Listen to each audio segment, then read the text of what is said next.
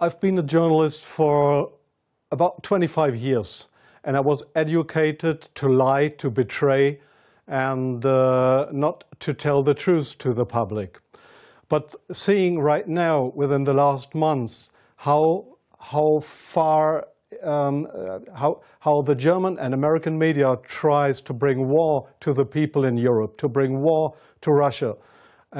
This is a point of no return, and I'm going to stand up and say it is not right what I have done in the past, to manipulate people, to make propaganda against Russia, and it is not right what my colleagues do and have done in the past, because they are bribed to betray the people, not only in Germany, all over Europe. The reason writing this book was that I am very fearful of a new war in Europe, and I don't like to have this situation again, because war is never coming from itself. There is always people behind it to push for war.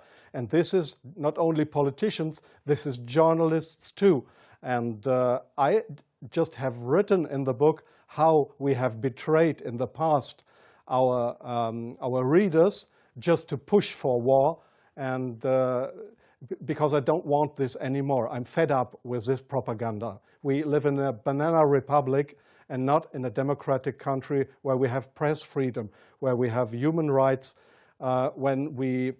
If you see the German media, especially my colleagues who day by day write against the Russians, who are in transatlantic organizations and who are supported by the United States to do so, well, people like me, I became an honorary citizen of the state of Oklahoma in the United States. Just why? Just because I write pro-American. I wrote pro-American. I was supported by the Central Intelligence Agency, by the CIA. Why? Because I should be pro-American. I'm fed up with it. I don't want to do it anymore.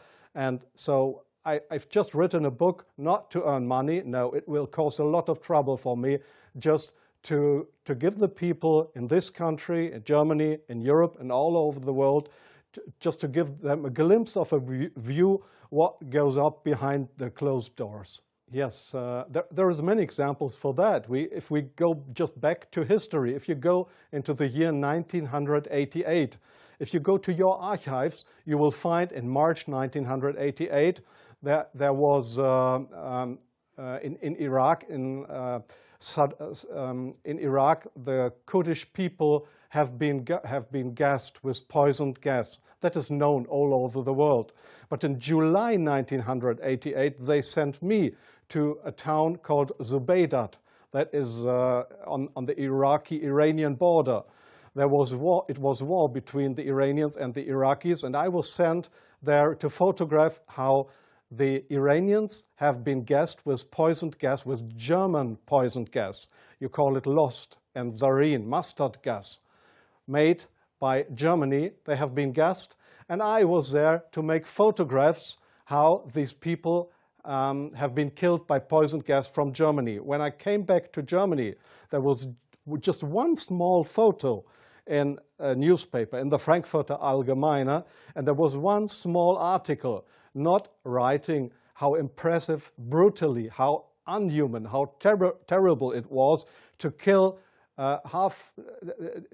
decades after the end of the Second World War, people with German poisoned gas.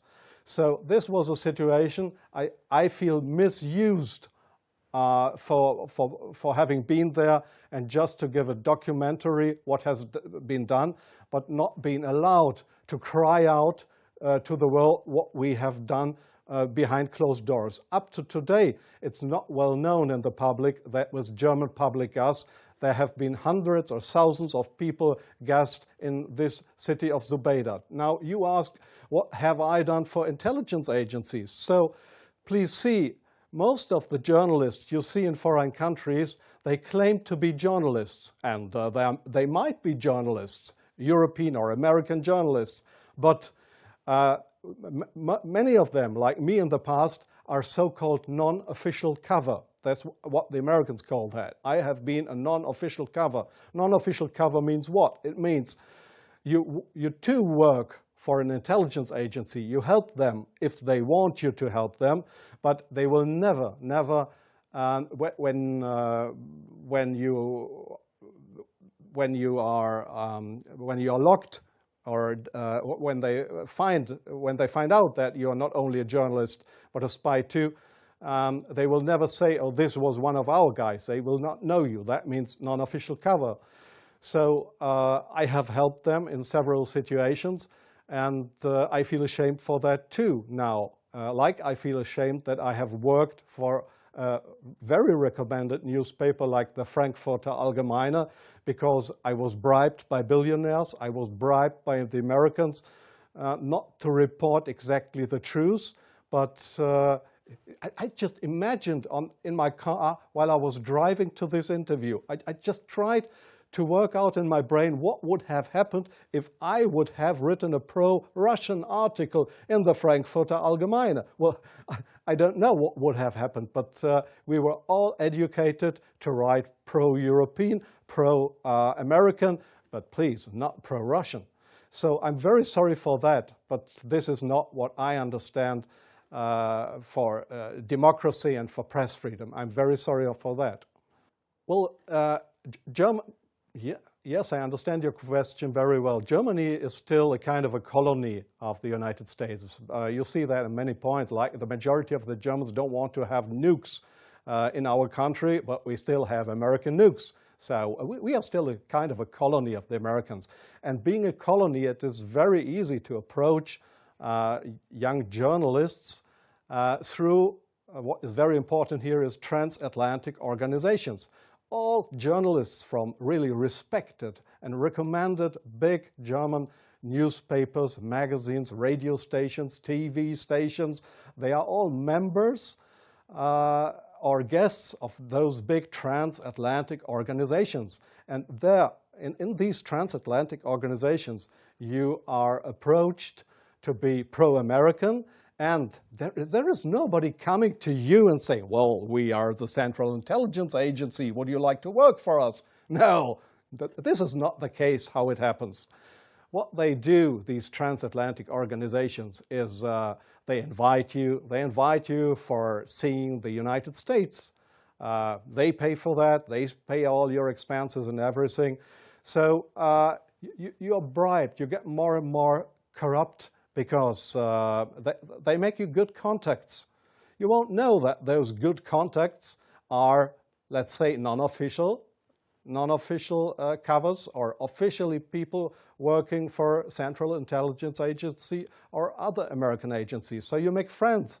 You think they are friends, and you cooperate with them. They ask you, well, could you do me this favor? Could you do me that favor? And so your brain more and more is brainwashed through these guys. And your question was, is this only the case with German journalists? No, I think it is especially the case with British journalists, because they have a much closer relationship. It is especially the case with Israelis, of course, with French journalists for a part, not that big as with German or with British journalists. It is the case for Australian journalists, for journalists from New Zealand, from Taiwan, from, well, there is many countries in the Arab world, like Jordan, for example, like Oman, the Sultanate of Oman. There is many countries where this happens, where you find people to claim they are respected journalists, but if you look behind them, you'll find they are puppets on a string of the Central Intelligence Agency. I'm sorry in interrupting you. I'll give you one example. Sometimes the intelligence agencies, they come to your office and want you to write an article. I give you an example not from strange other journalists, from me myself. I've just forgotten the year. I just remember that the German Foreign Intelligence, Bundesnachrichtendienst, it is just a sister organization of the Central Intelligence Agency. It was founded by the American Intelligence Agency. So one day the BND, this German Foreign Intelligence Agency, came to my office at the Frankfurter Allgemeine in Frankfurt. And they wanted me to write an article about Libya and about Colonel Muammar Gaddafi. I had absolutely no secret informations regarding Colonel Muammar Gaddafi and Libya. But they gave me all these secret informations, and they just wanted me to write, to sign the article with my name. I did that, but it was an article that was published in the Frankfurter Allgemeine that originally came from the Bundesnachrichtendienst, from the German Foreign Intelligence Agency. So do you really think that this is journalism, intelligence agencies writing articles? Oh yes, that article, I have reprinted it partly in my book. That article was how Libya and Colonel Muammar Gaddafi, how he secretly tried to build a poison gas factory. I think in Rabta was the name, yeah. And I got all those information. It was a story that was printed worldwide 2 days later. But I had no information on that. It was the intelligence agencies that wanted me to write this article. So, but this is not the way journalism should work, that intelligence agencies, that they decide what is printed and what not. If I say no, I give you an example from a very good example if you say no. Well, we have a rescue unit in Germany with helicopters for traffic accidents. It's called, they call themselves the Yellow Angels. There was one guy who didn't want to cooperate. He was a pilot of the helicopter service of the Yellow Angels in Germany. This guy said no to the Foreign Intelligence Service, Bundesnachrichtendienst, when they approached him and wanted him as a non-official cover to work for the German Foreign Intelligence Agency, just to pretend to be somebody from the Yellow Angels. So what happened was that he lost his job. And the court in Germany, the judge decided that they were right, because such a guy could not be trusted. He was kicked off his job because he didn't cooperate with the Foreign Intelligence Service. So I knew what would happen if I would not cooperate with intelligence services. Well, I have had, let me say, 6 times my house was house searched because I was accused by the public prosecutor, the German public prosecutor. I was accused of leaking secrets of states. 6 times house searched. Well, they hoped that I wouldn't do that ever again. But I think it's worse that the truth will come out one day. The truth won't die. And I don't mind what will happen. I've had 3 heart attacks. I have no children. So if they want to bring me to court or to prison, so it's worse.